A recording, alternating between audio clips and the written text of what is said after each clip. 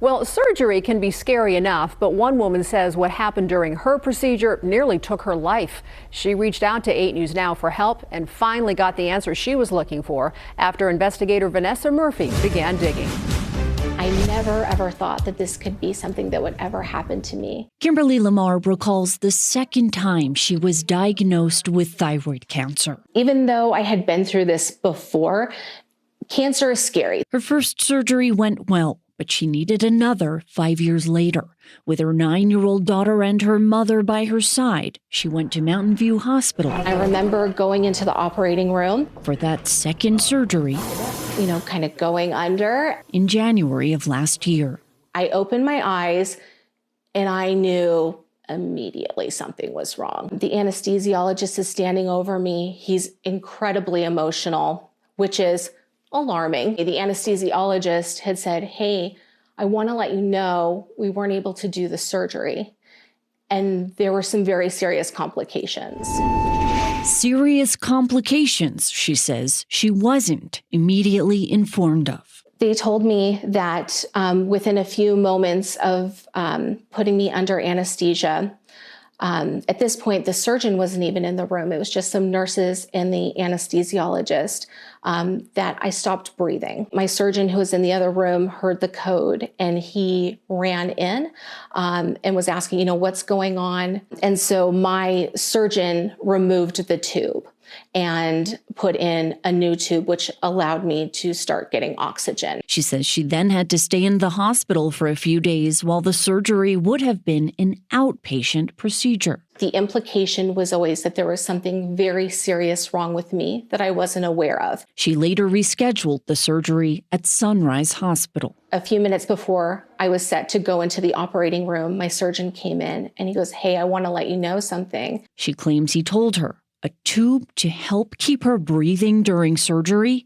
failed. I actually felt relieved. I know that sounds weird, but I felt relieved because, again, I had been made to feel that I stopped breathing because I had some mystery phantom illness. And so that was terrifying to me to think that I could go into surgery again and that whatever it was, it could happen. She reports no problems that time. But Kimberly learned the failure during the first attempt may have happened to other patients. In January of 2024, medical device company Medtronic issued a safety notice for specific endotracheal tubes. The following July, an urgent medical device recall for removal of endotracheal tubes after complaints about potential health hazards along with potential risks, including death. But problems were identified as far back as 2022, according to this timeline from the FDA. Here in Nevada, we've learned there were 2 reported device failures in 2023. 2024 figures aren't yet available, according to the Division of Health and Human Services. I don't think anyone thinks that the intubation tube is going to break while they're under anesthesia. Kimberly repeatedly asked MountainView Hospital for the make, model, and serial number of the tube and received this letter from the patient safety coordinator last August. "Your concerns have been thoroughly investigated. It was determined our facility does not utilize the tube indicated in the recall, and we apologize for the negative perception." The 8 News Now investigators reached out to MountainView Hospital. A spokesperson insisted in an email to us the recalled devices in question were never in stock or in use. Today, Kimberly learned what she told us she knew all along. The chief medical officer informed Kimberly they likely did use the type of tube that ended up being recalled.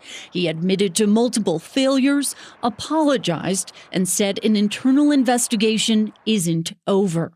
Kimberly also complained to the Nevada State Medical Board about the anesthesiologist. I was at the mercy of this physician, and I don't know what happened to me.